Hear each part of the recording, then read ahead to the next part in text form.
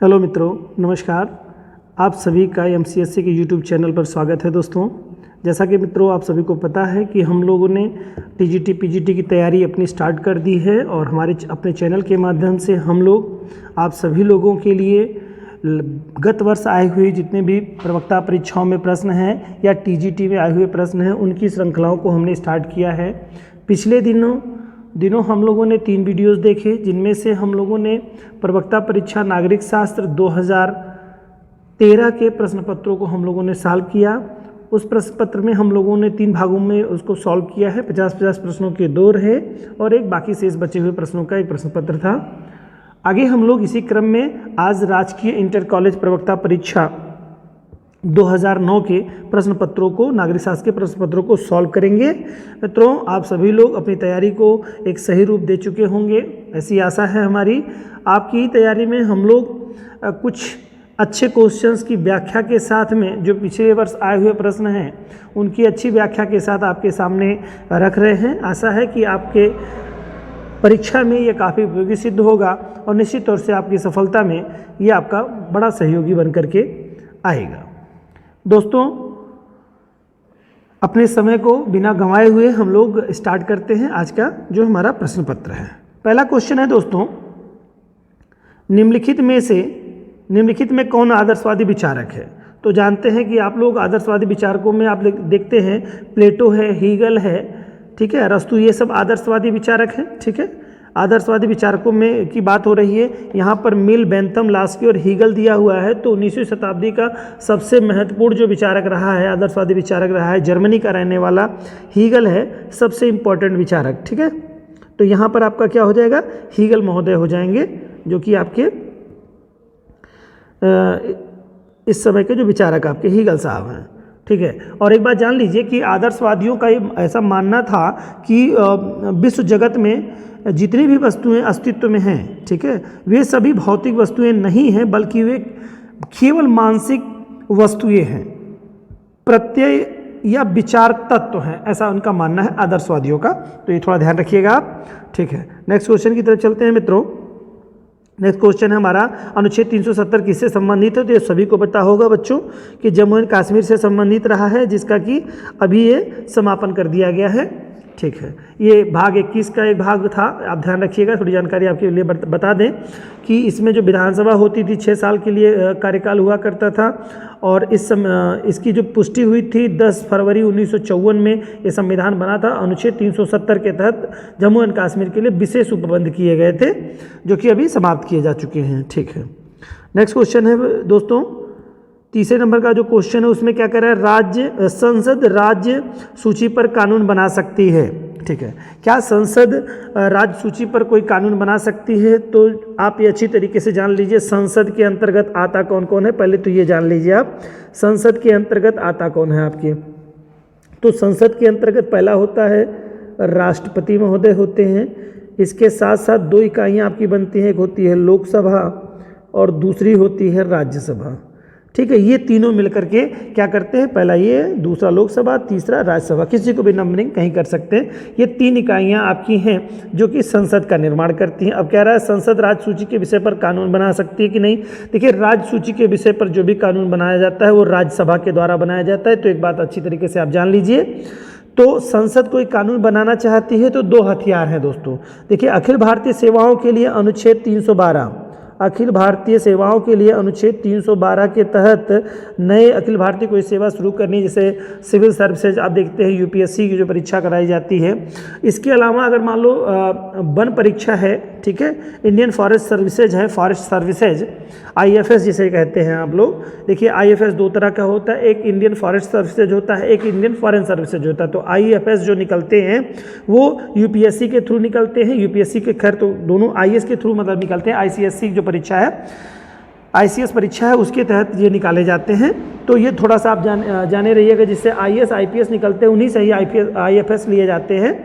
और साथ ही साथ जो राष्ट्रीय वन सेवा परीक्षा हमारी है उसके लिए हमारा एक अलग उपबंध है। इसी तरह से कोई अगर नई अखिल भारतीय सेवा का सृजन करना है तो राज्यसभा ही कर सकती है आर्टिकल 312 के तहत। उसी तरह से राज्य सूची के विषय पर कोई अगर कानून बनाना है तो हमारे पास अनुच्छेद 249 है। ये राज्यसभा इसके माध्यम से अनुच्छेद 249 के माध्यम से किसी पर भी कानून बना सकती है, मतलब राज्य सूची के किसी भी राज्य के किसी विषय पर कानून बना सकती है। तो ऑप्शन क्या दे रहा है कि संसद राज्य सूची पर कानून बना सकती है, कब? लोकसभा के सदस्यों के समर्थन से, फिर कह रहा है राज्यसभा, दूसरा है राज्यसभा के सदस्यों के समर्थन से, राज्यसभा की विधानसभाओं के समर्थन से। नहीं, दूसरा ऑप्शन बिल्कुल करेक्ट आंसर हो जाएगा आपका कि क्या है, राज्यसभा के सदस्यों के समर्थन से हो जाएगा। ठीक है, क्योंकि मैंने बताया आपको कि 249 के तहत राज्यसभा जो है क्या कर सकती है, राज्य सूची के विषय पर वर्णित राज्य सूची में जितने भी विषय लिखे हैं उस पर किसी पे भी कानून बना सकती है अनुच्छेद 249 के तहत। कौन बना सकता है? राज्यसभा बना सकती है। ओके, इसके माध्यम से राज्यसभा बना सकती है, इसका मतलब संसद बना सकती है। ठीक है, ओके, नेक्स्ट क्वेश्चन की तरफ चलते हैं मित्रों। नेक्स्ट क्वेश्चन है, भारतीय संसद मिलकर बनी होती है। अभी देखिए क्वेश्चन मैंने बताया आपको क्या क्या किससे मिलकर के बनी होती है, राष्ट्रपति महोदय, लोकसभा और राज्यसभा, ये तीनों से मिलकर के बनी होती है। अभी मैंने आपको पिछले क्वेश्चन में एक्सप्लेन किया था इसको। ठीक है, तो ये चौथा हो जाएगा, चौथे का आपका 4 हो जाएगा, 4 का 4 हो जाएगा दोस्तों। अगला है, भारत में दबाव समूह का प्रमुख उद्देश्य क्या है दोस्तों? तो क्या होता है दबाव समूहों का जो उद्देश्य होता है उसका क्या मूल मोटिव क्या होता है? क्या कह रहा है? राजनीतिक शक्ति प्राप्त करना? बिल्कुल नहीं होता है। राजनीतिक शक्ति प्राप्त करना किसका? राजनीतिक पार्टियों का होता है, तो ये बिल्कुल हो ही नहीं सकता। जनता पर दबाव बनाना? नहीं, जनता के समर्थन से तो कार्य करता है, तो जनता पर दबाव बनाना बिल्कुल नहीं हो सकता दबाव समूह की भूमिका। अगला है, सामाजिक सेवा करना? सामाजिक सेवा करना होता तो सोशल वर्क हो जाते, मतलब वो कोई ऐसी संस्था के रूप में कार्य करते जो समाज सेवी संस्था होती, न कि दबाव समूह के रूप में होते, तो यह भी नहीं हो सकता है। अब ऑप्शन जो बचा है वही विशेष बचने के चांसेज हैं।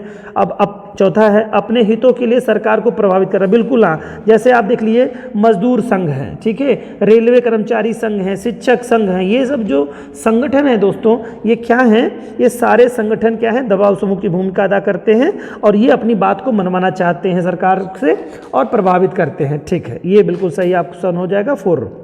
ओके, नेक्स्ट क्वेश्चन है दोस्तों, निम्नलिखित में से कौन पॉलिटिकल पार्टीज नामक पुस्तक का लेखक है? पॉलिटिकल पार्टीज नामक पुस्तक का लेखक कौन है?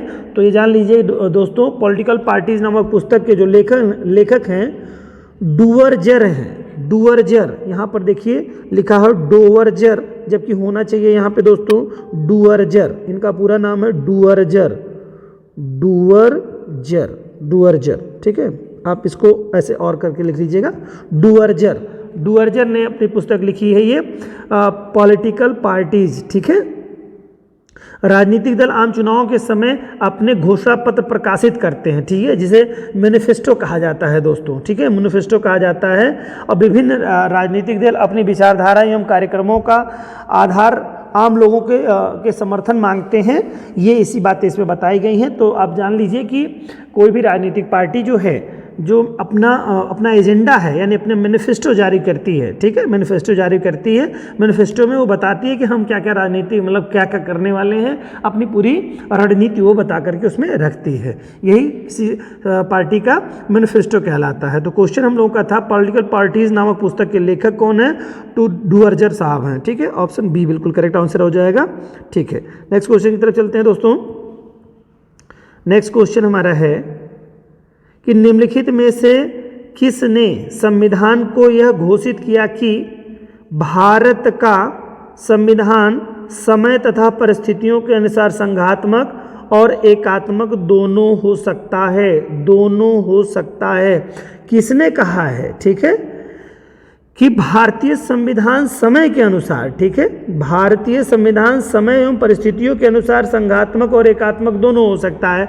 देखिए, आपातकाल की स्थितियां देख लेंगे अगर आप ध्यान से देखिए तो आर्टिकल 352, 356 और 360 की स्थिति में आपको दिखाई देगा कि खास तौर से 300, जैसे इमरजेंसी का दौर जब लगा था, इंदिरा जी ने आपने इमरजेंसी लगाई थी 1975 में, तो उस समय देखेंगे अनुच्छेद 352 का प्रयोग करते हुए लगाया गया था। ठीक है, तो वो क्या हो गया था कि एक बिल्कुल एकात्मक सरकार दिखाई दे रही थी। केंद्रीय सरकार जो है काफ़ी शक्तिशाली होकर के सारा कार्य कर रही थी, तो वहाँ पर एकात्मक गुण दिखाई दे रहे थे।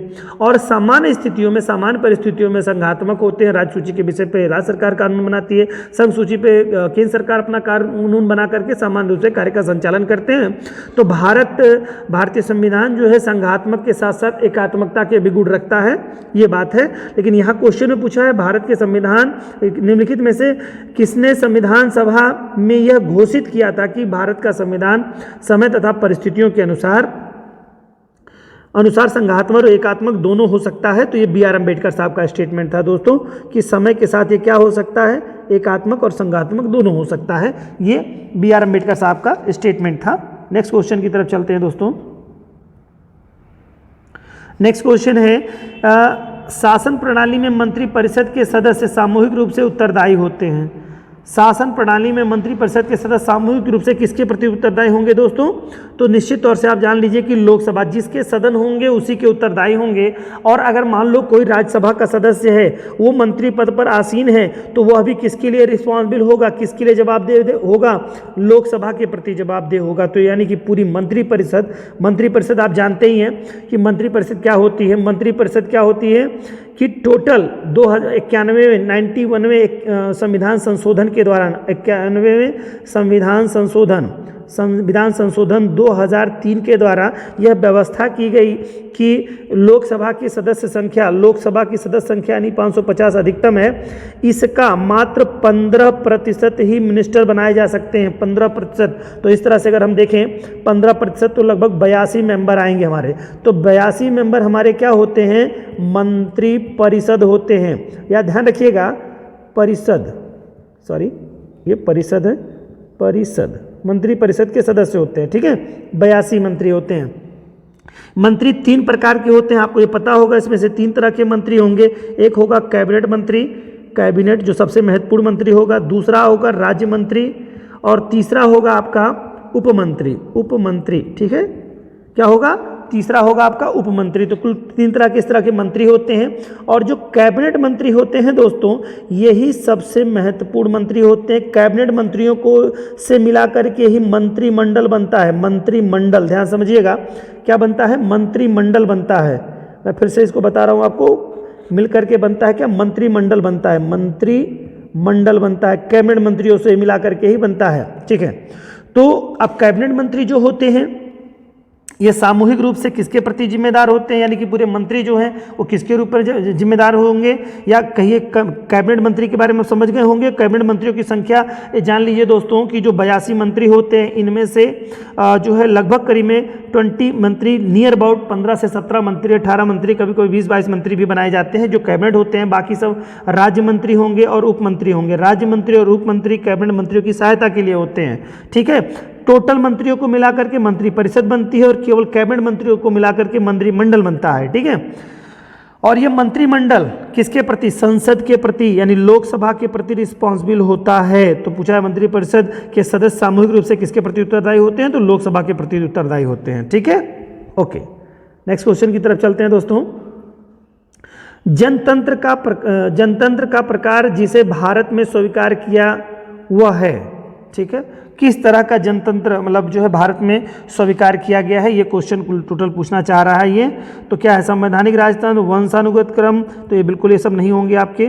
ये क्वेश्चंस तो हो ही नहीं सकते आपके। देखिए इसमें क्या, ये हो ही नहीं सकता, ये भी नहीं हो सकता। राजतंत्र बिल्कुल नहीं है। लोकतांत्रिक गणराज्य, गणतंत्र है। गणतंत्र या गणराज्य आप इसको कह सकते हैं। गणराज्य का क्या मतलब, गणतंत्र का क्या मतलब होता है? जिस राष्ट्र का राष्ट्र प्रमुख मीन्स यानी कि राष्ट्र प्रमुख यानी कि राष्ट्रपति क्या हो? निर्वाचित हो। ओके, जिसका राष्ट्र प्रमुख निर्वाचित हो, ठीक, वो क्या होगा आपका?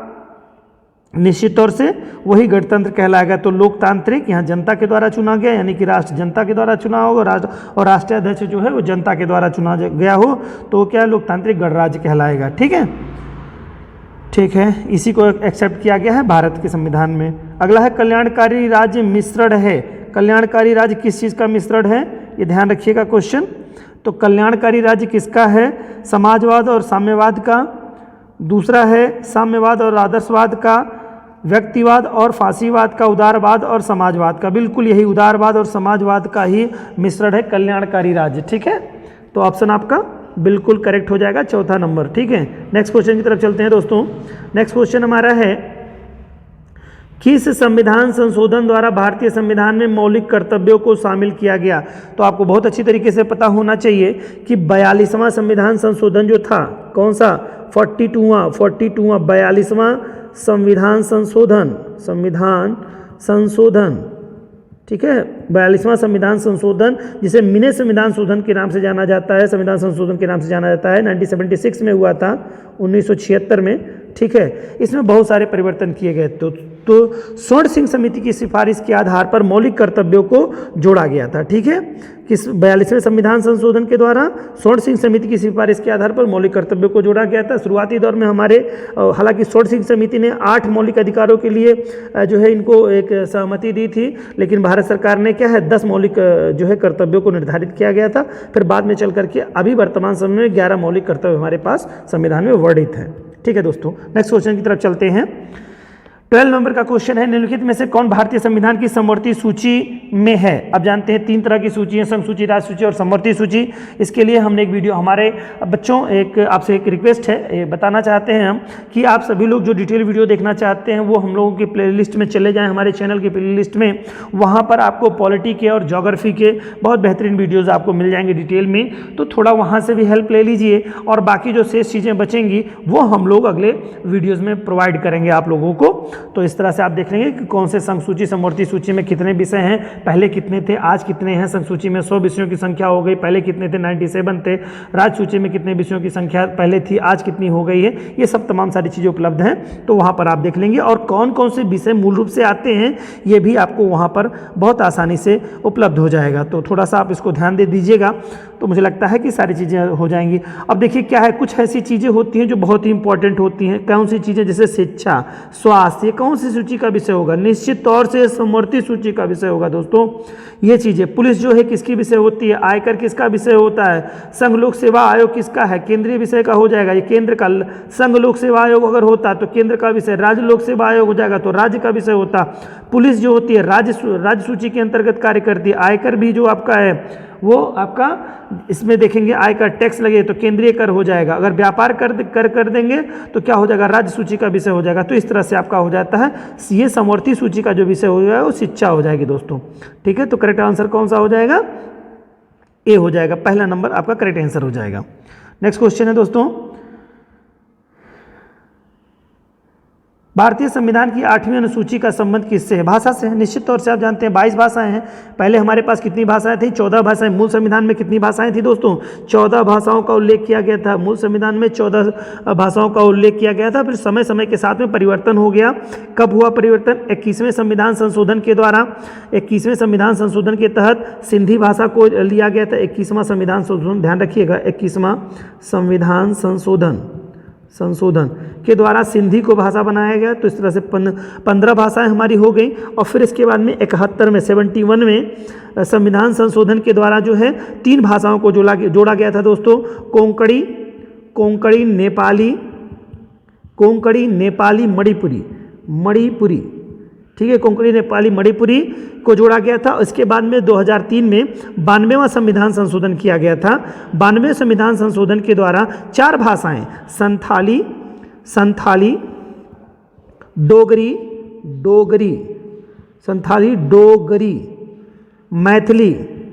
मैथिली, बोडो, ध्यान रखिएगा, बोडो, इन 4 भाषाओं को लिया गया। तो इस तरह से 4 4 8 हो गया। तो 14 4 कितना हो गया, 14 4 18 हो गया।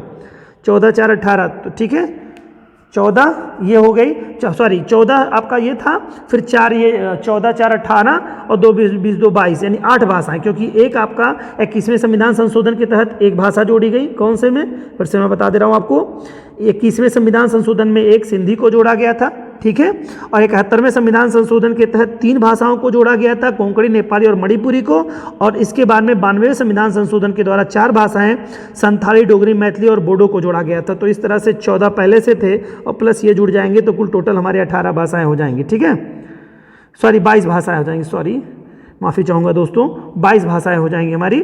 14 और 8 कितना हो जाएगा, 22 भाषाएं। टोटल भारतीय संविधान में कितनी भाषाएं हैं, 22 भाषाएं हैं, ठीक। तो 8वीं अनुसूची में इसको रखा गया है, तो भाषा से संबंधित है आपका, ठीक है। नेक्स्ट क्वेश्चन की तरफ चलते हैं दोस्तों। भारतीय संविधान प्रणाली की विशेषता क्या है, भारतीय संविधान प्रणाली की विशेषताएं क्या है। अब इसको हम लोगों को क्या है, कूट में देखना है दोस्तों।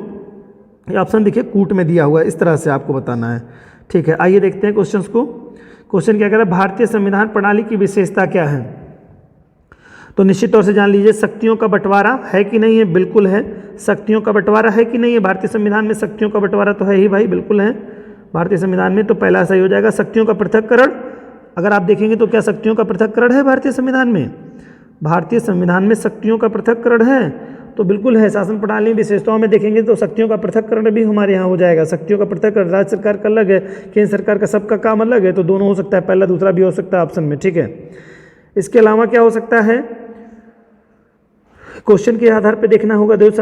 भारतीय संविधान प्रणाली की विशेषता क्या है, तो पहला शक्तियों का बंटवारा है, ये तो है। फिर शक्तियों का पृथक्करण, यानी बंटवारा तो बात तो वही हो गई, शक्तियों का पृथक्करण मतलब बंटवारा है, ये बांट दिया गया है, पृथक्करण है, तो सेंस यहाँ पर ये होना चाहिए शक्तियों का बंटवारा। बंटवारा तो बिल्कुल सही हो जाएगा, आपका आंसर बिल्कुल रहेगा सही। आइए देखते हैं और ऑप्शंस के आधार पे फिर देखते हैं, चर्चा करते हैं इस पर।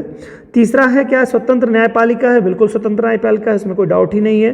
फिर क्या कह रहा है, प्रधानमंत्री का नेतृत्व, इसमें है क्या, प्रधानमंत्री का नेतृत्व। देखिए होता तो प्रधानमंत्री का नेतृत्व है व्यवहारिकता में, लेकिन लीगली अगर देखेंगे तो राष्ट्रपति का नेतृत्व होता है दोस्तों, राष्ट्रपति का नेतृत्व हो जाएगा, तो राष्ट्रपति फिर वहाँ पे होने लगेंगे। फिर क्या कह रहा है, लिखित संविधान है, तो बिल्कुल कुछ ऐसी अथेंटिक चीज़ें जिनको हमको बहुत अच्छी तरीके से जानना है, यानी कि ये बिल्कुल सही है, लिखित संविधान हमारा है।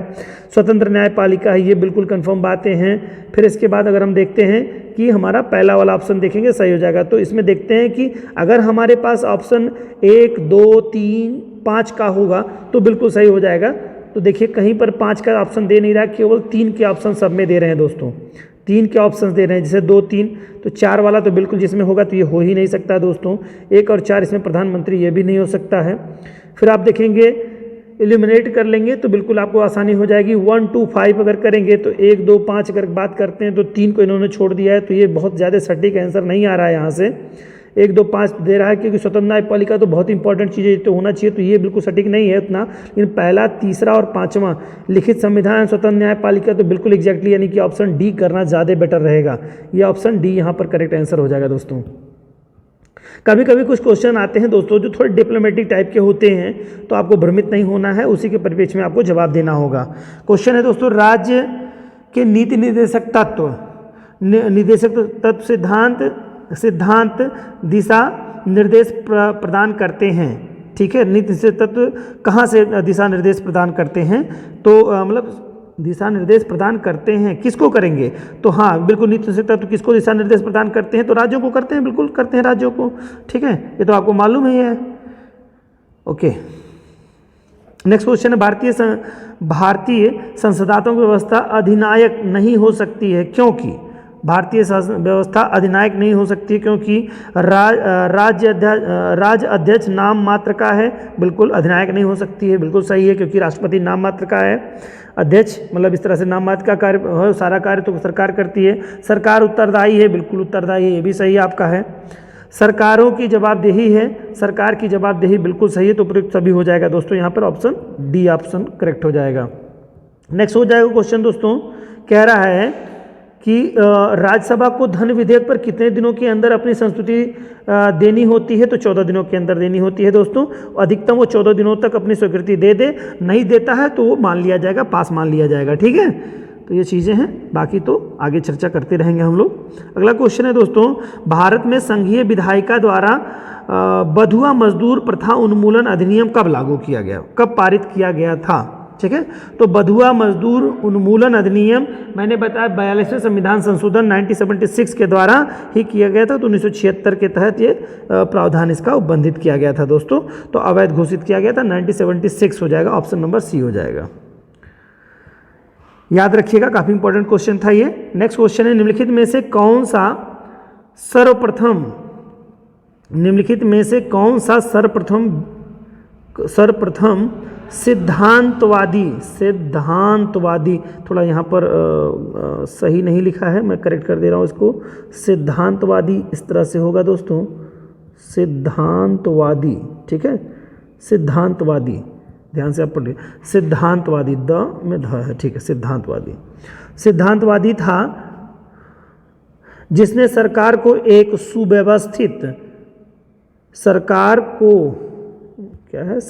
को सरकार का एक जिसने सरकार का एक सुव्यवस्थित वर्गीकरण प्रस्तुत किया था। तो सरकार का सुव्यवस्थित वर्गीकरण सबसे अच्छा जो प्रस्तुत किया गया था उसने किसने किया था? अरस्तु ने किया था दोस्तों। अरस्तु के बारे में आप बहुत भली भांति जानते हैं, अरस्तु बहुत ही इंपॉर्टेंट व्यक्ति हैं, इनके बारे में हम लोगों ने काफ़ी चर्चा कर रखी है पहले से, ठीक है। तो 90 नंबर क्वेश्चन ये हुआ। 20 नंबर क्वेश्चन है, इसमें क्या निम्नलिखित में से भारत में किस एक राज्य को अपना संविधान निर्मित करने का अधिकार प्राप्त है? तो दोस्तों ये प्राप्त था किसको? क्या कह रहा है क्वेश्चन में? निम्नलिखित में से भारत में किस एक राज्य को अपना संविधान, किसमें से एक राज्य को अपना संविधान निर्मित करने का अधिकार प्राप्त है? तो बिल्कुल सही है, जम्मू एंड कश्मीर को था पहले, अभी तो नहीं रह गया है। जम्मू एंड कश्मीर को अपना संविधान बनाने का अधिकार था, तो ये अभी तो नहीं रह गया है, ठीक है, क्योंकि आर्टिकल 370 खत्म कर दिया गया है। तो अब उसको राज्य को केंद्र शासित प्रदेश के रूप में उसको दो भागों में बांट दिया गया है, एक तो लद्दाख, दूसरा जम्मू कश्मीर, ठीक है। 21 नंबर क्वेश्चन आपका है जो निम्नलिखित में से कौन राज्य के विधान परिषद को समाप्त करने के लिए प्राधिकृत है? राज्य के विधानसभा को जो है विधान परिषद को समाप्त करने के लिए प्राधिकृत कौन है? तो ये जान लीजिए कि जो भी करेगी वो संसद करेगी, विधान परिषद, लेकिन उसके लिए क्या होना चाहिए? क्या जो आपका राज्य विधानमंडल है वो जब तक वो नहीं चाहेगा तब तक वो नहीं कर सकता है, मतलब जो केंद्र सरकार उसको समाप्त नहीं करेगा जब तक वो सिफारिश नहीं कर देता है। और आर्टिकल 169 के तहत संसद को किसी राज्य की विधान परिषद को स्थापित या समाप्त करने का अधिकार दिया गया है, लेकिन ये अधिकार अपने मन से वो नहीं करता। आर्टिकल 169 ध्यान से समझिएगा, आर्टिकल 169 का प्रयोग कौन नहीं करता है? जो केंद्रीय संसद है। संसद के पास 169 आर्टिकल अनुच्छेद है, ये अनुच्छेद 169 के तहत यह प्राप्त अधिकार है कि किसी राज्य की विधान परिषद को समाप्त किया जा सकता है, ठीक है। विधान परिषद को स्थापित करने या समाप्त करने का अधिकार दिया गया है और इसको समाप्त किया जा सकता है, किंतु एक बात ये भी जान लीजिए कि विधान परिषद को समाप्त किया जा सकता है लेकिन विघटित नहीं किया जा सकता है, ठीक है, विघटित नहीं किया जा सकता है। जैसे लोकसभा आपकी विघटित हो जाती है, ठीक है, राज्यसभा भी कभी नहीं विघटित होती है, तो विधान परिषद भी कभी विघटित नहीं की जा सकती है, ठीक है, इसको समाप्त किया जा सकता है। ये अस्थायी सदन होते हैं इस कारण से। और ये ध्यान रखिएगा सिर्फ यहाँ पर कि अनुच्छेद 169 के तहत संसद को विधान परिषद स्थापित करने का और विधान परिषद को समाप्त करने का दोनों का अधिकार दिया गया है। तो ऑप्शन क्या हो जाएगा यहाँ पर होना चाहिए संसद, चौथा ऑप्शन हो जाएगा करेक्ट आंसर। कि कौन कर सकता है? तो संसद को पावर है, यहाँ मैंने लिखा, आपको ध्यान रखिएगा, संसद को ये पावर है कि किसी राज्य की विधान परिषद को समाप्त कर सके या वहाँ पर उसको विधान परिषद को विधानसभा की सहमति पर, देखिए बात मैंने कही है कि विधानसभा सहमत होनी चाहिए कि खत्म किया जाएगा या उसको विधान परिषद बनाया जाएगा या गठित किया जाएगा या समाप्त किया जाएगा, ये राज्यों का विषय है। लेकिन पावर किसका प्रयोग करेगी? संसद 169 का प्रयोग करते हुए ये कर सकती है, ठीक है।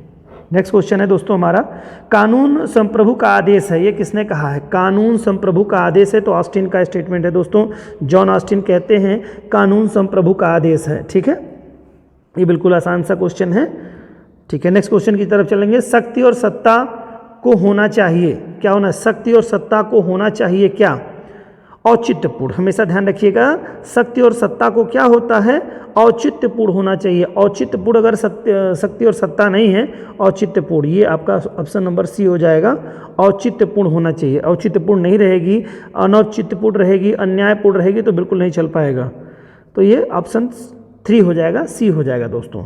अगला क्वेश्चन है 24 नंबर का, 10 दिसंबर 1948 को मानव अधिकार की विश्वव्यापी घोषणा में कितने अनुच्छेद हैं? कितने अनुच्छेद हैं? तो 30 अनुच्छेद हैं दोस्तों, ये बात ध्यान रखिएगा, 30 अनुच्छेद हैं। इसकी एक्सप्लेन भी मैं आगे करूंगा आपको। 10 दिसंबर 1948 को संयुक्त राष्ट्र महासभा ने विश्व मानवाधिकार आयोग की घोषणा पत्र जारी कर प्रथम बार मानव एवं मानव की बुनियादी शक्तियों की घोषणा की थी, ये बात ध्यान रखिएगा। 1950 में संयुक्त राष्ट्र संघ ने हर वर्ष 10 दिसंबर की जो डेट है बहुत ही इंपॉर्टेंट है, 10 दिसंबर की डेट याद रखिएगा कि तिथि को विश्व मानवाधिकार दिवस के रूप में मनाया जाता है। 10 दिसंबर को जो है विश्व मानवाधिकार दिवस, विश्व मानवाधिकार दिवस मनाया जाता है, दिवस के रूप में मनाया जाता है, ठीक है। ओके, नेक्स्ट क्वेश्चन की तरफ चलते हैं दोस्तों।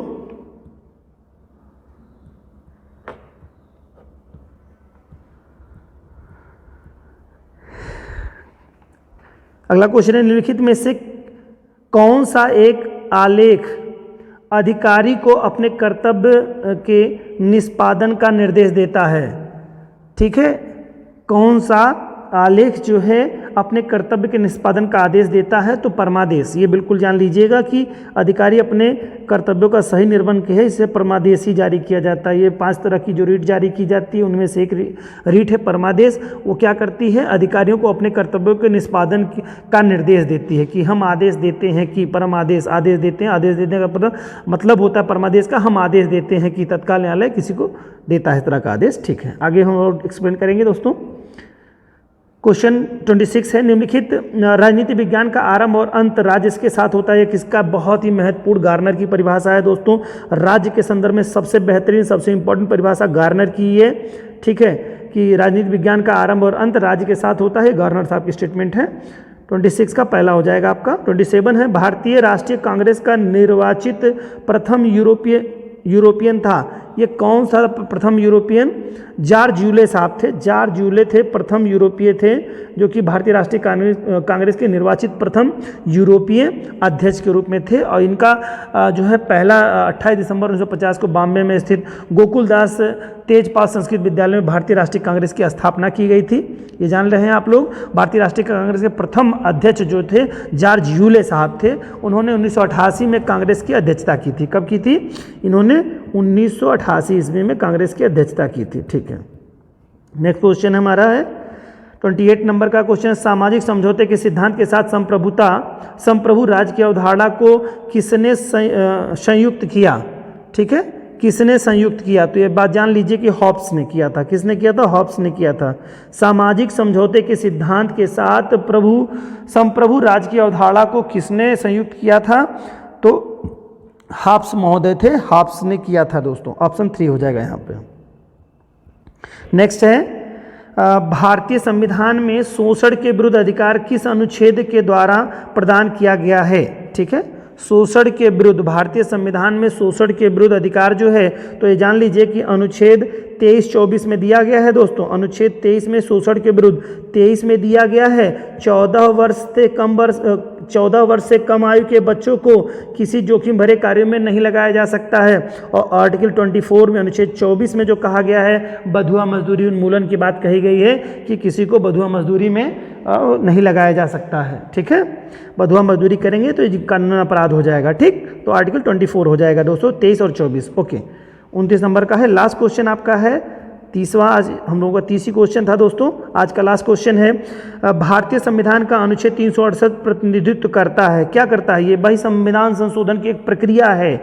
अनुच्छेद 368 के माध्यम से ही क्या करती है संसद? संविधान की एक तरह से कहिए एक कुंजी है, चाबी है, ताला खोलने की एक चाबी है। संविधान की जो तालाबंद है उसमें चाबी का कार्य करती है संसद की है आर्टिकल 368।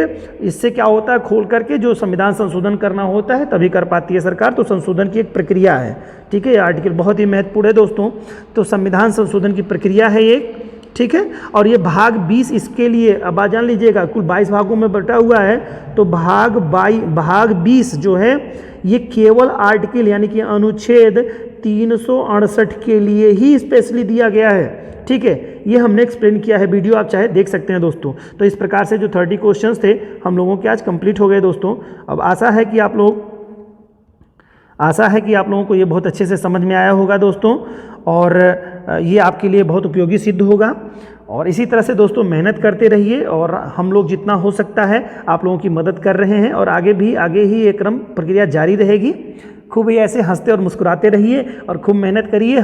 जितने भी प्रश्न पत्र आज तक आए हुए हैं दोस्तों, उन लेटेस्ट तक के प्रश्न पत्रों को हम लोग सॉल्व करेंगे, और ये जब सीरीज कंप्लीट हो जाएगी तो इंपॉर्टेंट क्वेश्चंस की भी सीरीज चलाएंगे, और निश्चित तौर से हम लोग सफल होंगे एग्जाम में।